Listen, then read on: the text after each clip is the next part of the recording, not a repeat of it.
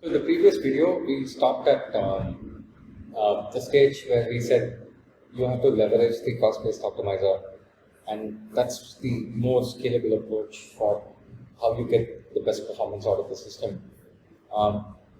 And the reason for that is SQL is declarative. You want to typically stop with saying what you need to happen as opposed to how. How do you leverage the cost-based optimizer? So here's where two very specific tools play a critical role. In fact, these are two specific statements that all modern databases support. These are called as explain and analyze, and they are your friends. Meaning you have to leverage them maximally as you go through your OLAP processing needs. And the more you leverage them, the more you actually understand how things work and make informed choices about performance. So let's go one by one. Explain is actually a special statement.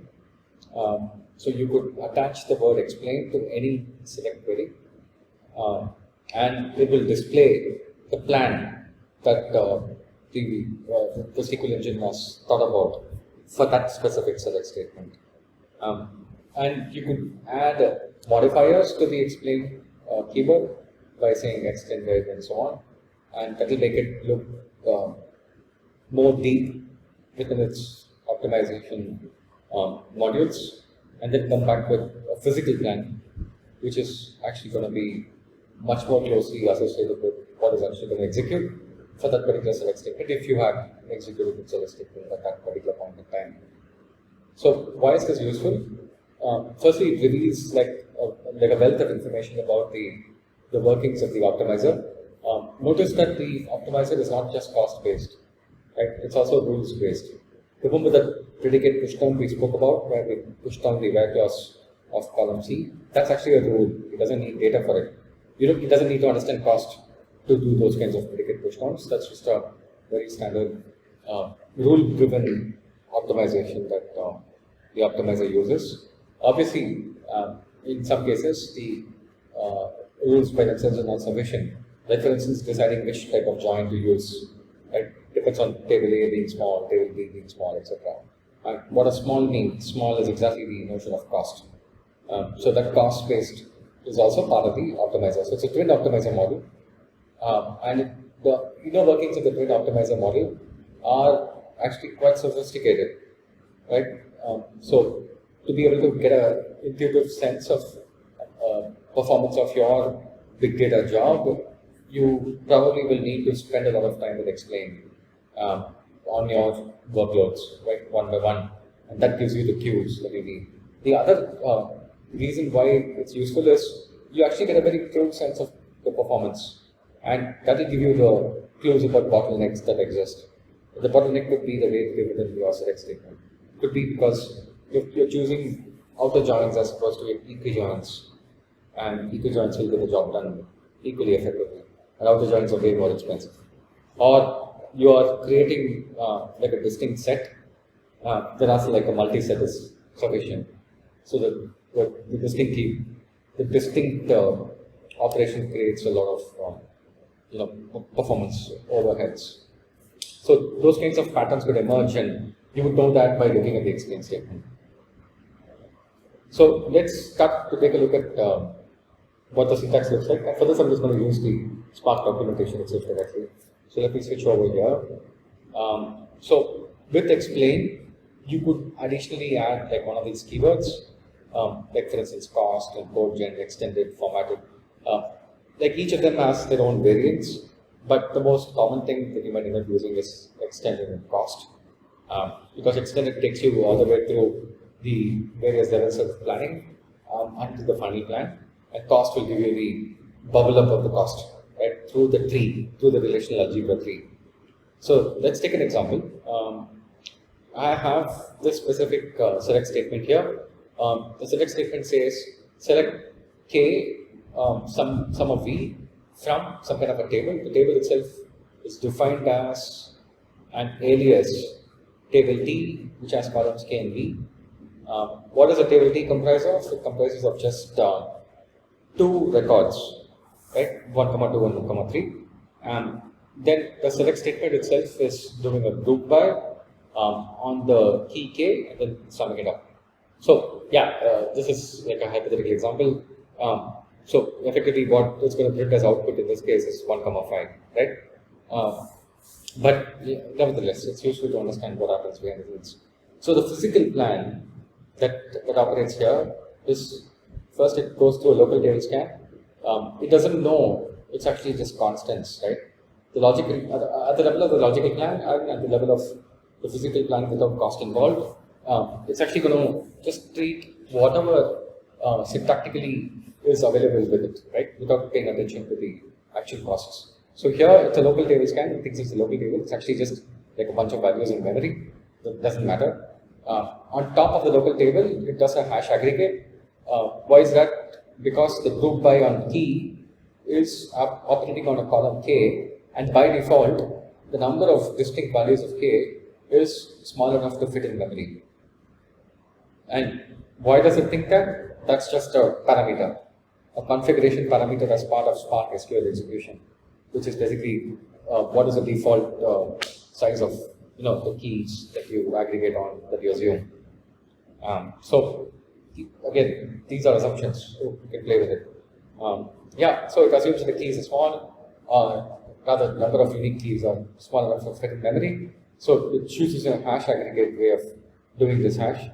What does it push down? It pushes down the sum of v, right? Sum of v, it's called as a partial sum because each of the parts of the table are locally present in the different nodes of the cluster, and those parts are not already partitioned by k, right? Because that's not the table is not partitioned, right? Therefore, when it computes the local aggregate, it doesn't have the final answer, it only has the partial sum. Yeah. So once it gets the partial sums for the k, then it exchanges, right? And the way it exchanges is by shuffling, and the shuffling is happening on the key, such that all the different partial sums for the same key come together. So it effectively uses hash partitioning on the value k. Once it does the hash partitioning, it comes all the different values of k spread across come together. The same instances come together, and then I'm just doing a sum for the partial sum. That's my final answer. That again involves a hash aggregate. Right? So in effect, what you see here is actually the divide and conquer plan for this specific select statement. Right? That's what they explain as revealed to you. Now, if you use explain extended, so here it starts off with the actual logical plan. It started at all. In the actual logical plan, the placeholders not even filled in. So you're going to see at that raw level, then it would have done the parsing and analysis of the select statement, and at that time it will start filling in what is the type of the key. The key here is just a big int. The value is also a big int, so therefore the sum of big ints is big ints. All of that, those kinds of things start to happen, and then it starts to optimize. But still, there is no cost consideration here because it's all local, right? Yeah, cost is not being printed basically. So then there is the formatted version, etc. Nevertheless, yeah. So that's the explain statement. When you want to start working with cost, right? And we'll talk about cost in the cost-based optimizer module coming up next.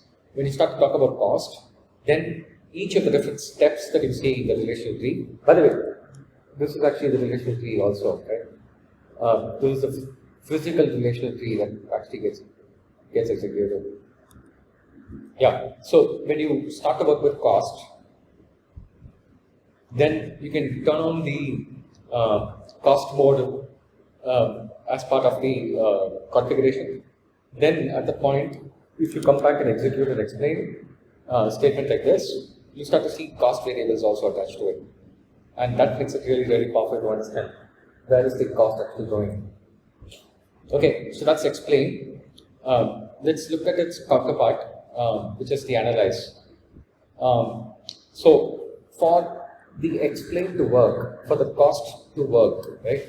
the cost is actually measured in terms of two main sets of activities, rather, two main sets of statistics. The first is the number of rows of data that's present in that table, and the second is the size of each row. So then with that we will effectively have the complete size of the table, right, which is the size of each row, the average size of each row times the number of rows. That's your size of the table. So those two cost elements are two of the most basic type of statistics that are required to do cost-based optimization. But you can actually get far more sophisticated statistics also collected, not just number of rows and average size of rows. And that's possible through the analyze statement, right? So just like the select statement can be explained, the analyze table and the analyze statement rather can be applied on a table, on a source table, and this forces the planner optimizer to go collect statistics about the table, both in terms of size of in bytes and row counts. And then for some of these systems like Spark SQL, you can also make it go collect statistics at a column level within a table. Databases like Postgres and Oracle, you could just collect that by default because the settings available for you to do that. Excuse me. In Spark SQL, you'll have to make it do it, which means you could say go at a column level and then collect for that column what are the statistics. Our table level statistics are fairly simple, size in bytes and row counts, but column level, it's where it gets really very sophisticated and also becomes the most useful for complex read operations. So here's an example of how the column level statistics look like, right? So if I did, like for instance, if I had a table in which I had a column name called user ID, so let's say this is the customer master table. Customer master has the set of all customers across all of my entire customer base. So the customer ID or user ID is potentially going to be the primary key, and any join that happens with anything else, like for instance the events table, the payments table, etc., invariably is going to use the user ID as the mechanism to join, right? And any customer service request that I get will be specific to a user ID, will not be across user IDs. So the user ID column becomes like a very important column on which joins happen, group buys happen, aggregates happen, etc. So therefore, it makes a lot of sense for me to analyze and keep it ready. So when I analyze the table, especially the column as well, user ID column, what do I see? I could see a distribution that looks like this. It says the minimum value, maximum value, number of nulls. So because it's primary key, and nulls are 0, which is great. Distinct count is 37,538. That could be the case, which is great. Number of repetitions is not captured here, but then the histogram is null. If the histogram is null, means that it doesn't actually have any value that's occurring in the user ID which has frequency count of more than 1. That's why the histogram is null, which matches with our notion of the fact that the user ID is a primary key. Right? So it's unique. Average column length is 8 bytes, maximum column length is 8 bytes. Great.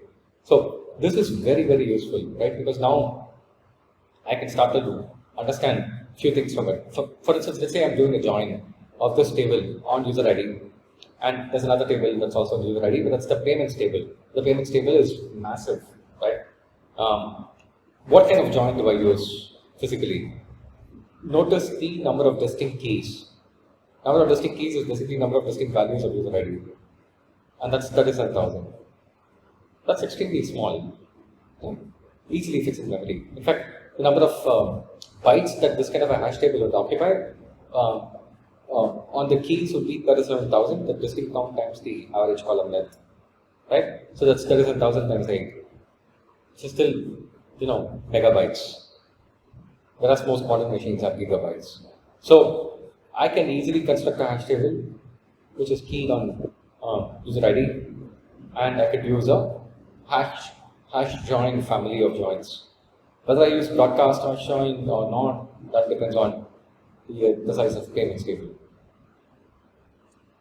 Yeah, so that's why stats play an important role.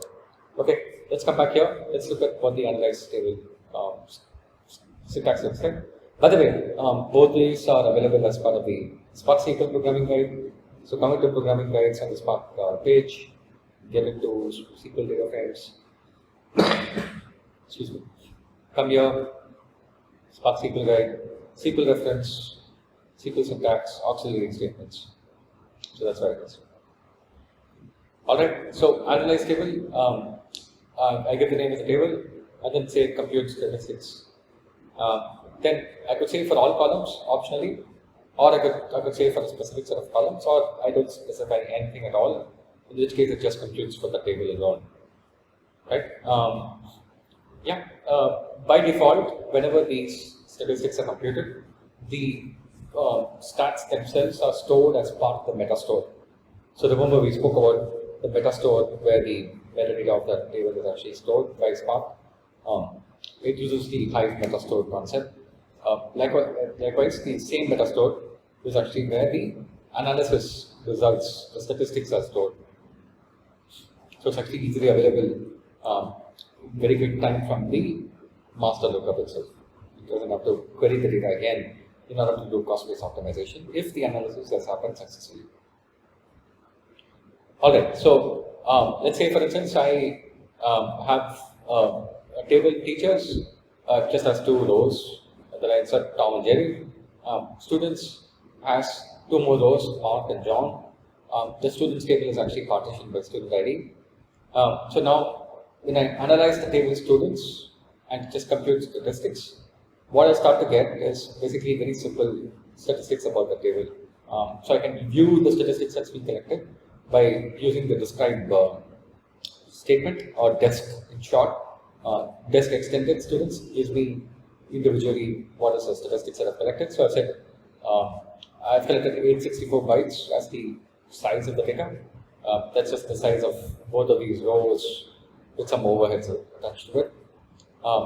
Then if I compute statistics with scans, so basically no scan says don't go and look at the individual rows, just look at the files that are getting created in the file system and get me the size of the file, right? So it's like an approximation. But the moment I remove the no scan variable or qualifier, then it actually goes and scans the data. And then that's when it comes back and gives me the actual number of rows that it's found as part of the table. So here it scans the table and comes back with the size.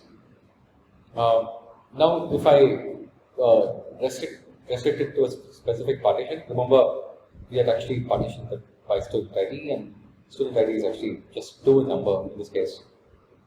So I could restrict my analysis to only the particular partition. In which case, when I describe it, I get the answer for, I get the description, like the stats for that particular partition. Now, if I take column name, the name column is actually Mark and John, strings basically, and if I analyze based on that, I start to get the distributions for that column. So that makes it specific and interesting. Alright, so that's the analyze step. So with this, we will just pause. We'll pick up in the next video. How do you put all of these concepts together and start to work through your optimization pipelines?